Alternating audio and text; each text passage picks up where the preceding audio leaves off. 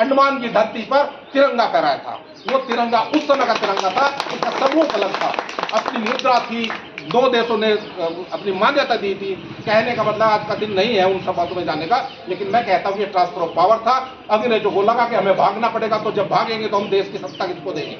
उस समय पर सिर्फ कांग्रेस उनको ध्यान आती थी, क्योंकि अब सभी जानते हैं विनोद जो हमारे विनायक सावरकर जी हैं, उनके ऊपर बड़ी बड़ी बातें करते हैं। लोग कहते हैं कि उसने माफी मांग ली होगी। 17 साल या 18 साल, मुझे एग्जैक्टली याद नहीं है भाई साहब, इतने साल जेल की कोठरी में रहने वाले व्यक्ति से पूछे उसे कितनी यातनाएं झेली होंगी। उन्हें वहां पर मैंने खुद देखा, बहुत सारे लोगों ने देखा होगा सेलुलर जेल को, वो यातनाएं सहकर भी वो तो गद्दार बोलते हैं उसको।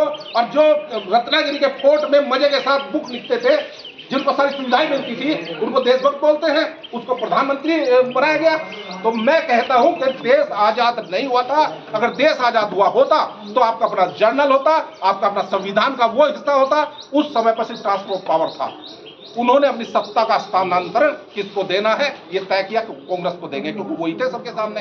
क्रांतिकारियों को तो वो मानते नहीं थे, उनको तो वो कातिल मानते थे, उनको तो वो डकैत मानते थे। लेकिन दुख इस बात का है कि मैं तो अपने जो हमारे बहुत ही सक्षम व्यक्ति हैं, विद्वान व्यक्ति हैं, मैं तो सबसे निवेदन करूंगा, खासकर भौर सिंह भाई साहब से निवेदन करूंगा कि सरकार के सम्मुख ठीक तरीके से इन बातों को रखा जाए कि क्रांतिकारियों को अगर उनका श्रेय आज तक नहीं मिला तो क्या कारण है।